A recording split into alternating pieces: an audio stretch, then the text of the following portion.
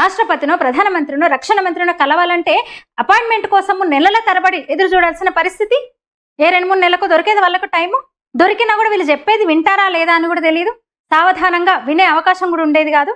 ఇప్పుడు army, navy, air force, chief of defence staff కూడా ఉంది. ఇప్పుడు మళ్ళీ CDS వంటి వీళ్ళందరూ కూడా చాలా నమ్మకంగా కంఫర్ట్గా పనిచేసుకుంటున్నారు ఇప్పుడు. ఎందుకంటే మనం చూసినాం ఆపరేషన్ సింధూర్ సందర్భంగా ఒక శివంగులు నిజంగా వాళ్ళిద్దరు కూడా.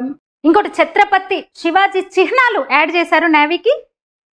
ఎంత కంఫర్ట్ ఉండకపోతే ఇలాంటి నిర్ణయాలు తీసుకుంటారు. వాళ్ళకి ఎంత స్వేచ్ఛ ఉండకపోతే ప్రధానితో కానీ రక్షణ మంత్రితో కానీ ఈ వ్యవస్థతో గవర్నమెంట్తో ఇప్పుడున్న గవర్నమెంట్తో ఆ స్థాయిలో వాళ్ళకు ఉండకపోతే కానీ ఇలాంటి నిర్ణయాలు తీసుకుంటారని నేను అంటున్నా. రక్షణ రంగానికి సంబంధించి ఇవన్నీ వాళ్ళు ఏం మాట్లాడుకున్నారో మనకు తెలిసే అవకాశం లేదు, అవి బయటపడవు అంతే కదా. అట్లా జాతీయవాదాన్ని భద్రతా దళాల్లో పెంచడానికి ప్రయత్నాలు జరుగుతున్నాయి.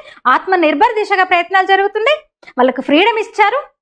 బ్రిటిష్ వాళ్ళ జాక్ ఉండేది, అవన్నీ తొలగించారు. రాజ్పథ్ను నిన్ననే అనుకున్నాం కదా, రాజ్పథ్ను కర్తవ్య పదగా మార్చారు. అలా అప్పుడున్న ఇంకా బానిస చిహ్నాలు క్రమక్రమంగా తొలగిస్తూ శివాజీ చిహ్నం ఉండడం సమంజసమే కదా, మనం ఏమంటారు స్వాగతించినాం కదా. మరి ఇప్పుడు నేవీలో శివాజీ అనవాళ్ళంటే గొప్ప విషయమే కదా, కాదంటారా?